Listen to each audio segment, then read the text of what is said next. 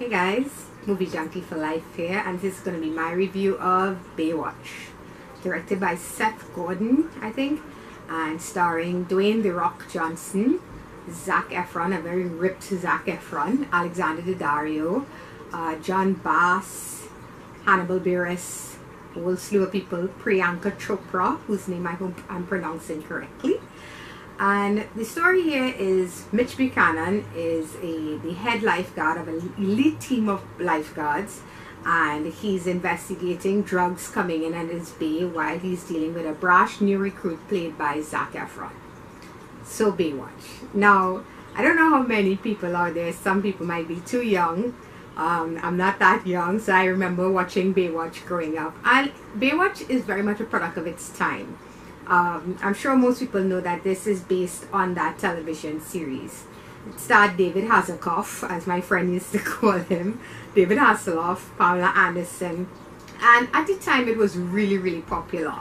Here were these lifeguards, and besides rescuing people and doing what lifeguards do, they would also solve crimes and stuff like that, which made zero sense when you think about it, but we'll get to that.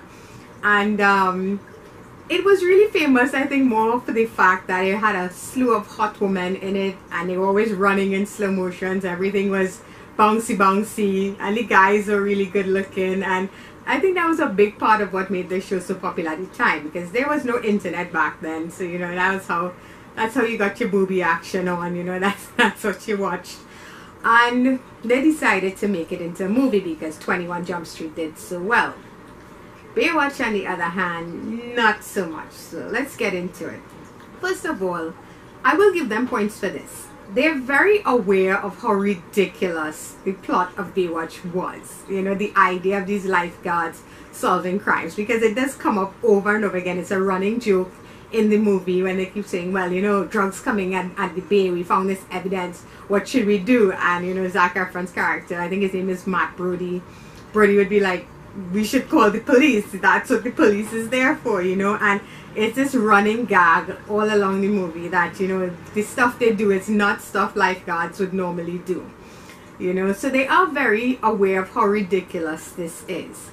And then, you know, they also pay homage to the original. You get all the slow motion running shots of all the hot chicks. There's a lot of hot chicks in this one and stuff like that. You know, you have The Rock, who calls himself sequel franchise Viagra, trying his best to make this movie, you know, watchable and fun. And a very ripped Zac Efron. I think this is the fittest I've ever seen him look. And his story is actually kind of interesting, although they never get into it. I'll get back to that as well.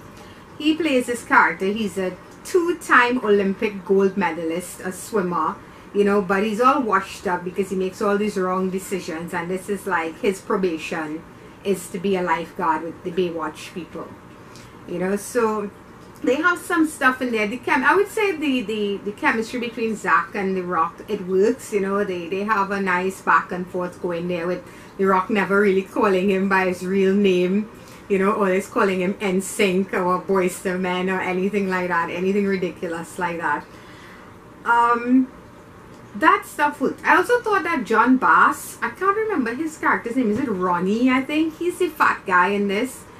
I don't know why. I hope he's not just there to be the fat guy, but funny enough, his jokes were the ones that were laughable to me. His stuff, when he was on screen, he actually wasn't just the fat guy, you know. He actually was quite funny, and I found that the stuff that happened with him and the lines, the way he would deliver his lines, were the funniest things in the movie. And that's really sad to say, because this movie has a lot of jokes that just fall flat. They have these jokes that they kind of go on and on and on, and it doesn't get any funnier. It doesn't get funny to begin with. It doesn't get any funnier. So unfortunately, unlike 21 Jump Street, this movie just didn't have, I'm trying to figure out where it went wrong, because I'm thinking it's the writing. Something about the writing just doesn't work. Another issue I had was, now the action sequences are fine on their own, but the CGI in this movie is really bad. There's one that stands out, like it's so terrible. I don't even think I see CGI that bad on television anymore. It was like something out of a sci-fi movie of the week kind of thing. There's this scene, it's in the trailer, so I'm not giving anything away. There's a scene where The Rock is rescuing somebody from a boat that's on fire. And when I tell you this fire looks fake, it looks really, really bad. For a movie that probably had a decent budget, it looks really bad, to the point where you're seeing it and you can't believe this is what you're seeing. Nothing about it looks real. Nothing about it looks authentic. I was like, why not just set a boat on fire? I don't know. It would have looked a lot better than that nonsense. Especially, the whole thing is engulfed in fire. We're supposed to believe that The Rock, I keep calling him The Rock, but we're supposed to believe that Mitch is this badass lifeguard, you know, so he can like run through fire and throw people over fire. But it just looks so bad that the whole thing falls flat, and it's a huge action sequence. Aquaman. It's a huge action sequence in this movie. What is wrong with me? So it's just stuff like that. There's more bad than good to this movie, and it's not like I went into this movie expecting it to be awesome. It does have an R rating, I think, so I thought more of the jokes, I was expecting more from it, you know, along the lines of, like I said, 21 Jump Street. That was really funny, and it was self-aware. And while this movie is self-aware, I think it doesn't know what it wants to be. They actually, they like, it's too much. When they start focusing on the action stuff, this movie really falls flat. And it shouldn't, you know, because you could inject a lot of humor into how ridiculous the idea of lifeguards solving crime is. But they don't really do that here, you know. It's just these action sequence, supposed to be a comedic moment, action sequence, supposed to be drama, heartfelt. Nothing about this movie is heartfelt. There's no emotion evoked, which brings me back to the Zac Efron's character, Brody. Why introduce this storyline about this guy who's looking for redemption? Because it's said very early that he's not a team player. You know, you could see he's this cocky guy. He thinks he's the best swimmer in the world. But they never really show any growth. They just show, okay, he sucks. He doesn't take his job seriously. He's failing. He has a moment. He's on the team. They forgive him. It just, the beats just fall so flat. The editing is terrible. The writing is terrible. I don't know what else to say. I was really, I don't know if disappointed is the word, but I came out of this like, you know, I was hoping with stars like The Rock, and Zac Efron can be quite funny as well. I was hoping for a little bit more. I was hoping for something along the lines of 21 Jump Street. I just thought they could have taken the comedy so much further. And then Priyanka Chopra, she's the star of Quantico.